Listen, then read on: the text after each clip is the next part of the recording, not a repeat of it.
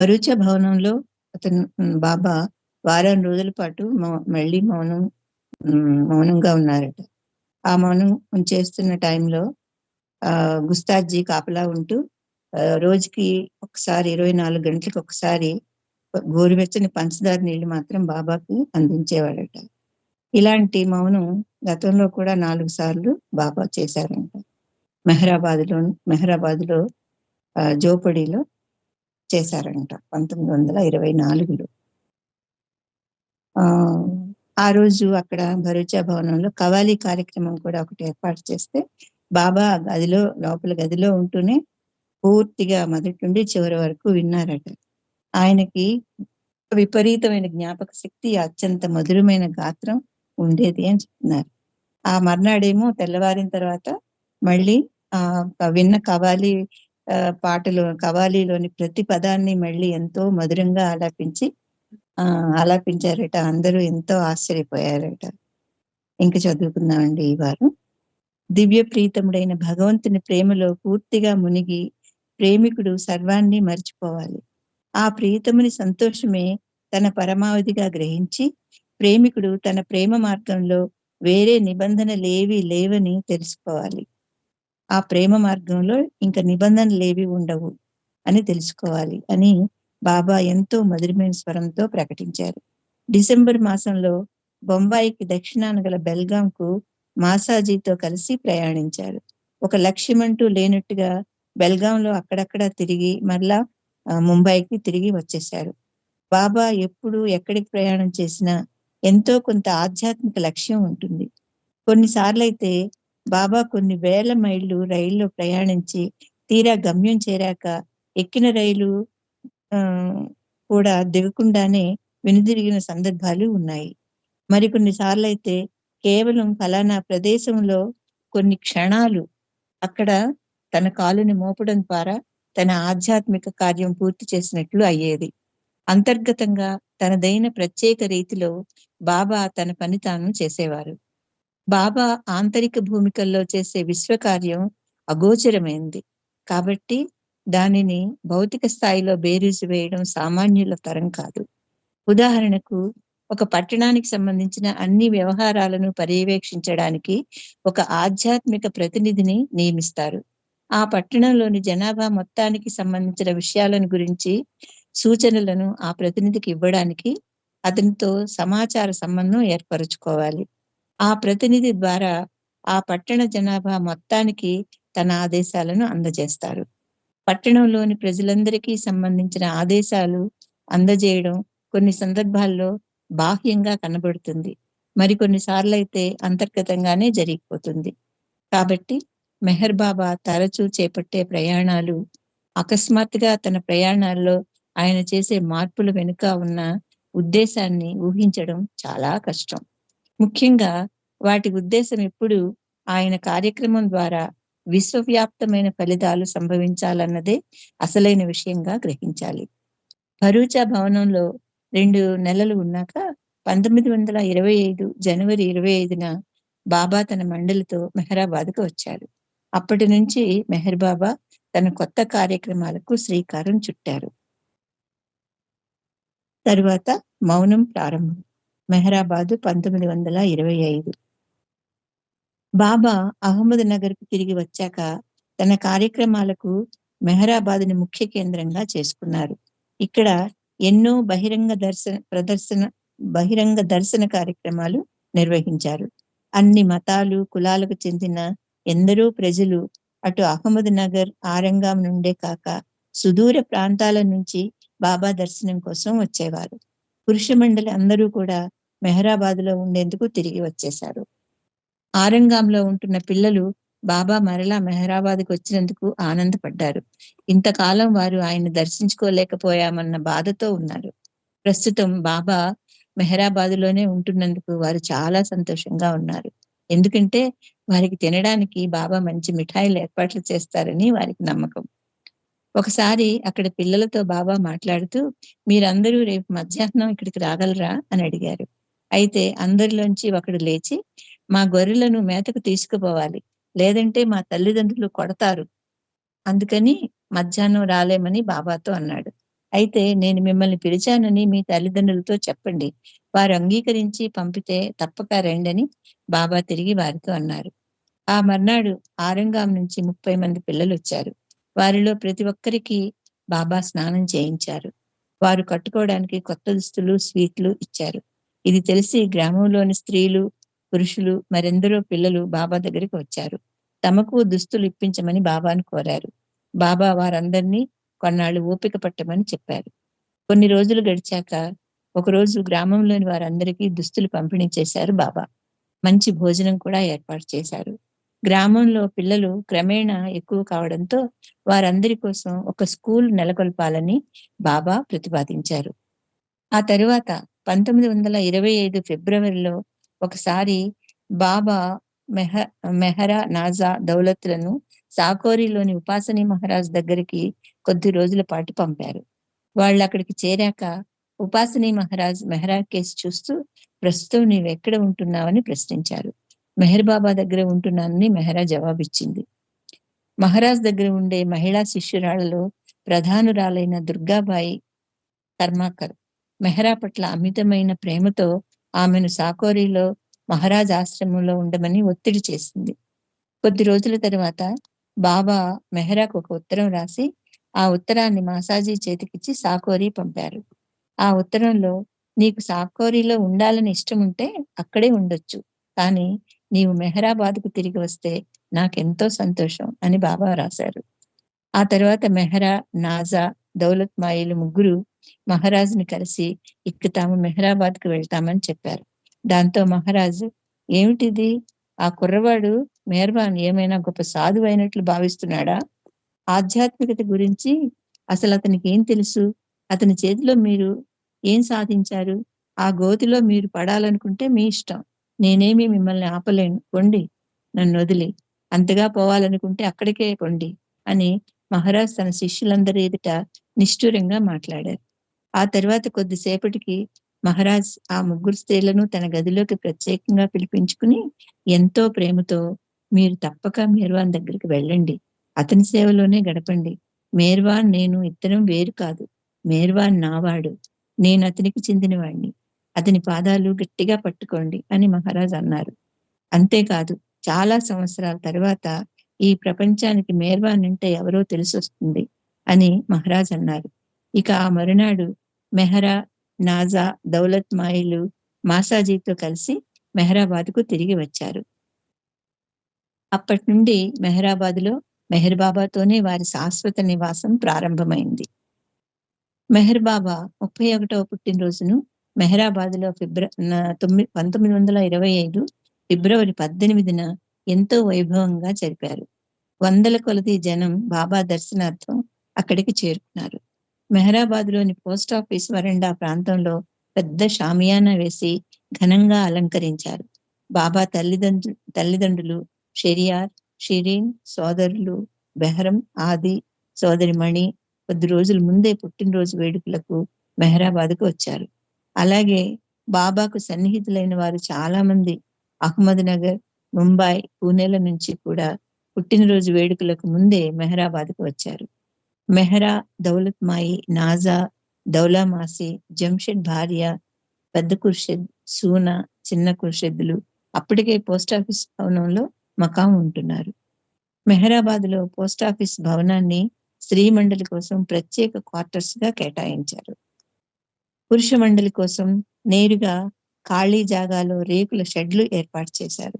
Post office వరండాలో ఒక store room ఏర్పాటు చేసి దానికి ఇన్ఛార్జిగా గుస్తాజీని నియమించారు. బాబా జన్మదినోత్సవం సందర్భంగా పెద్ద విందు ఏర్పాటు చేశారు. వందలాది జనం పాల్గొన్నారు.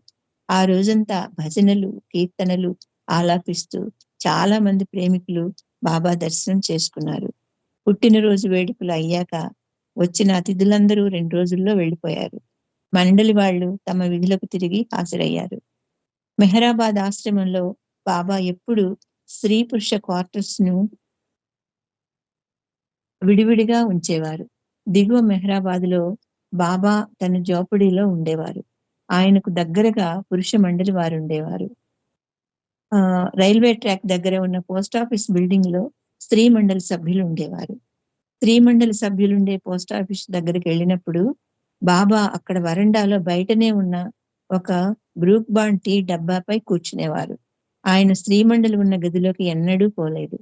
స్త్రీ మండలి సభ్యులు ఆయన చుట్టూ కూర్చుని ఉంటే వారితో మాట్లాడుతూ సేద తీరేవారు. వారితో కలిసి భజనలు చేసేవారు. లేదంటే ఏదైనా హాస్యభరిత కథలేమైనా చెప్పమని బాబా వారిని కోరేవారు. ఒకసారి ఉపాసని మహారాజు మెహరాల మధ్య ఉత్సుకత కలిగించే సంఘటన ఒకటి జరిగింది. మెహర్ బాబా ఆశ్రమంలో మెహరా స్థిరపడటానికి పూర్వం కొంతకాలం ఆమె సాకోరిలోని ఉపాసని మహారాజ్ ఆశ్రమంలో 1922 ప్రాంతంలో ఒక రోజున ఒక బ్రాహ్మణ స్త్రీ సాకోరిలో మహారాజ్కు బంగారు ఉంగరం బహూకరించింది. మహారాజ్ ససేమిరా తనకు వద్దని వారించాడు. నేను గోనె సంచి ధరిస్తాను, నాకే దుస్తులతో అలంకరణ అక్కర్లేదు, అందవికారంగా ఉండే నాకు ఈ బంగారపు ఉంగరం దేనికి అని మహారాజ్ ప్రశ్నించాడు. అయినా ఆ స్త్రీ అందుకు ఒప్పుకోలేదు. మహారాజ్ తప్పక ఆ ఉంగరం ధరించాలనేసరికి అయితే తన కాలి వేలికి తొడగమని ఆ స్త్రీతో మహారాజ్ అన్నాడు. ఆ తరువాత ఉపాసని మహారాజ్ దగ్గరున్న ఆయన శిష్యులు ఆ బంగారు ఉంగరాన్ని ఏదో ఒక రోజున ఆయన తన దగ్గర ఉంటున్న ఎవరో ఒక శిష్యురాలికి తప్పక ఇస్తారని అనుకున్నారు. ప్రతి స్త్రీ అలా అనుకుంటూ మహారాజ్ తనకే ఇస్తారని ఉవ్విళ్ళూరుతూ ఉండేది. ఒక రోజున మహారాజ్ మెహరాతో ఈ ఉంగరాన్ని చేతి వేలికి జాగ్రత్తగా ఉంచుకో, పోగొట్టుకోవద్దు అని చెప్పి ఆ ఉంగరాన్ని ఆమెకు బహూకరించారు. ఆ రోజు నుంచి మెహరా చేతి వేలికి ఆ ఉంగరం అంటిపెట్టుకుని ఉంది. 1925 సంవత్సరంలో ఒక రోజున గుస్తాజీతో కలిసి బాబా పోస్ట్ ఆఫీస్ వరండాలో స్త్రీ మండలి క్వార్టర్స్ కు వచ్చారు. ఆయన ఎప్పటిలాగే బ్రూక్ బాండ్ టీ డబ్బాపై కూర్చున్నారు. ఆ తరువాత స్త్రీ మండలిలో ఎవరైనా ఉంగరాన్ని ధరించి ఉంటే దానిని గుస్తాజీకి ఇచ్చి పంపమని బాబా కబురు పంపారు. గుస్తాజీ మెహరా దగ్గరికి వెళ్ళాడు. ఆమె చేతికి ఉన్న ఉపాసని మహారాజ్ బహూకరించిన ఉంగరం ఎంత ప్రయత్నించినా రాలేదు. పెద్ద కురుషత్ తన వివాహ సమయంలో ధరించిన ఉంగరం ఇంకా చేతి వేలికి ఉంది. అయితే ఆమె ఆ ఉంగరం తీసి గుస్తాజీకి ఇవ్వడానికి ఇష్టపడలేదు.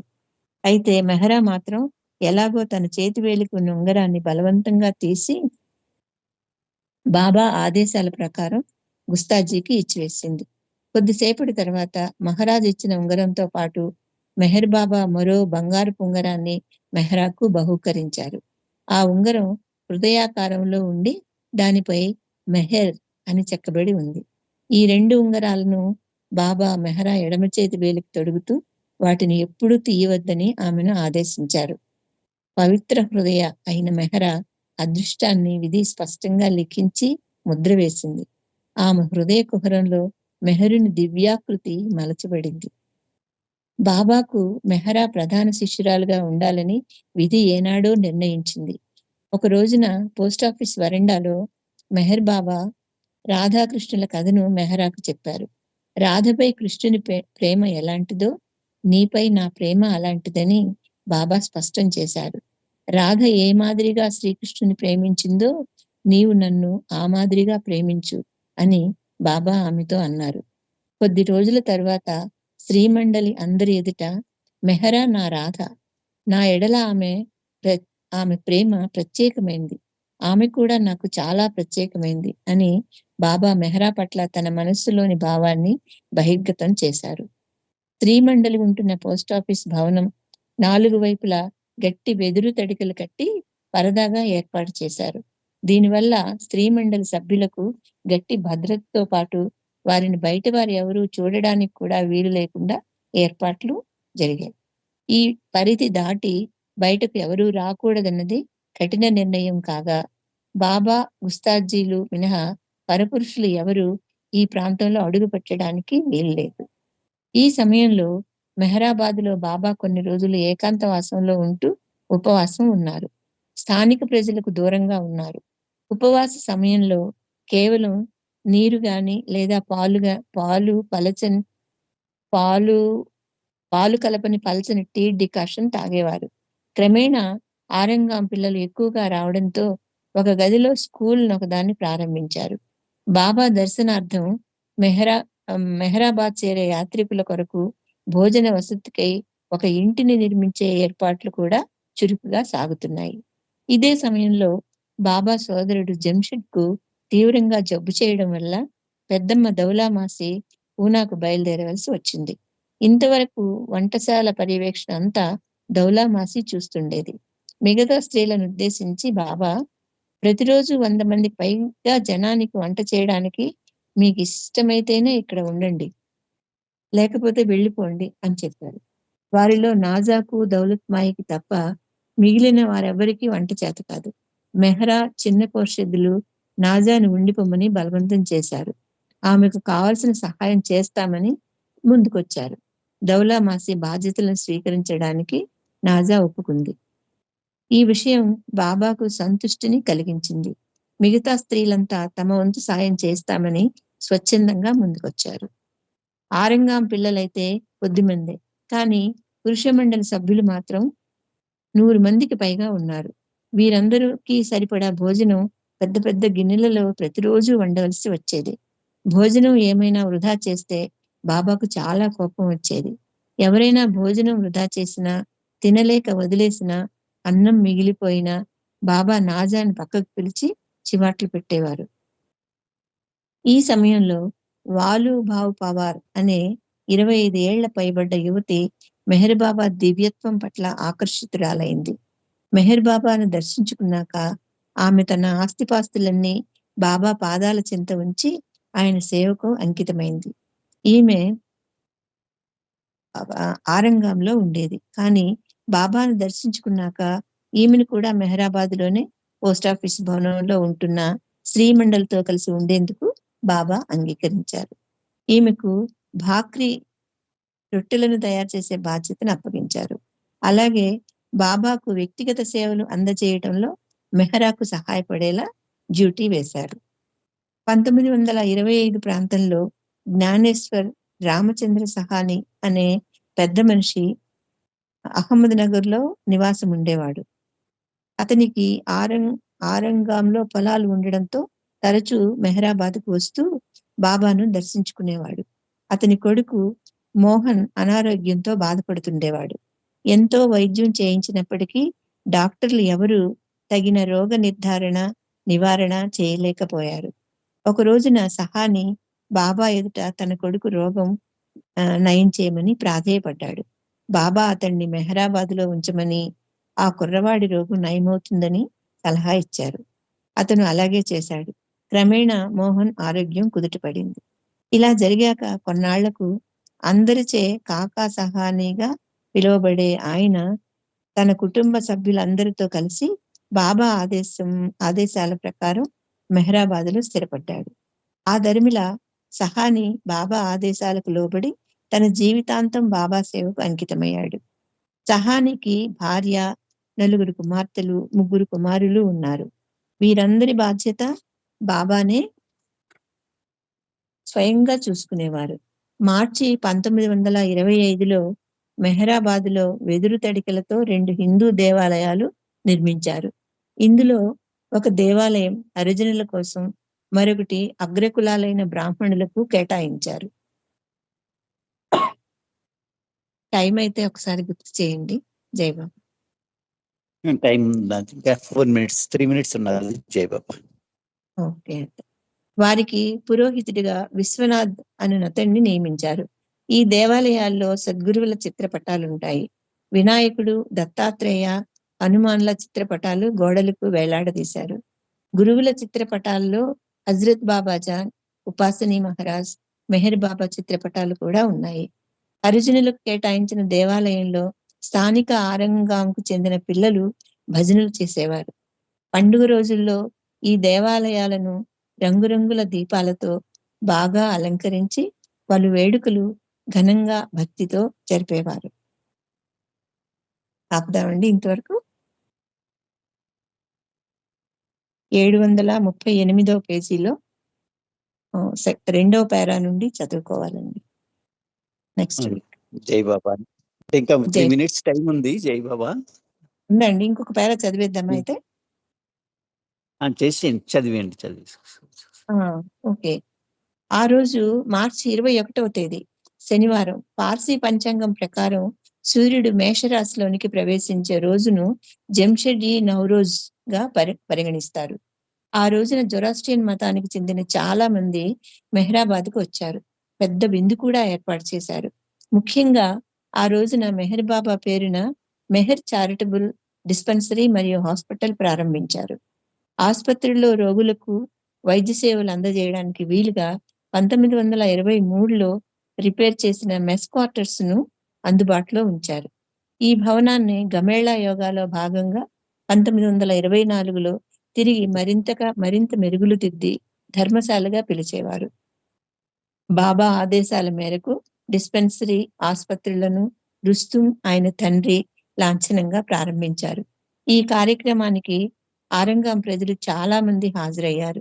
అనారోగ్యంతో బాధపడే వాళ్ళందరూ కులాలు, మతాలు, వర్గభేదం లేకుండా ఉచితంగా ఆసుపత్రిలో చికిత్స పొందవచ్చని పిలుపునిచ్చారు. ఆసుపత్రిలో చికిత్సకై వచ్చి ఇన్ పేషెంట్స్ గా ఉండే వారికి ఉచితంగా భోజన వసతితో పాటు తగిన దుస్తులు కూడా ఇచ్చేవారు. స్థానిక కంటి వైద్యులు డాక్టర్ వైజి కర్కాల్ ను ఆసుపత్రి డైరెక్టర్ గా నియమించారు.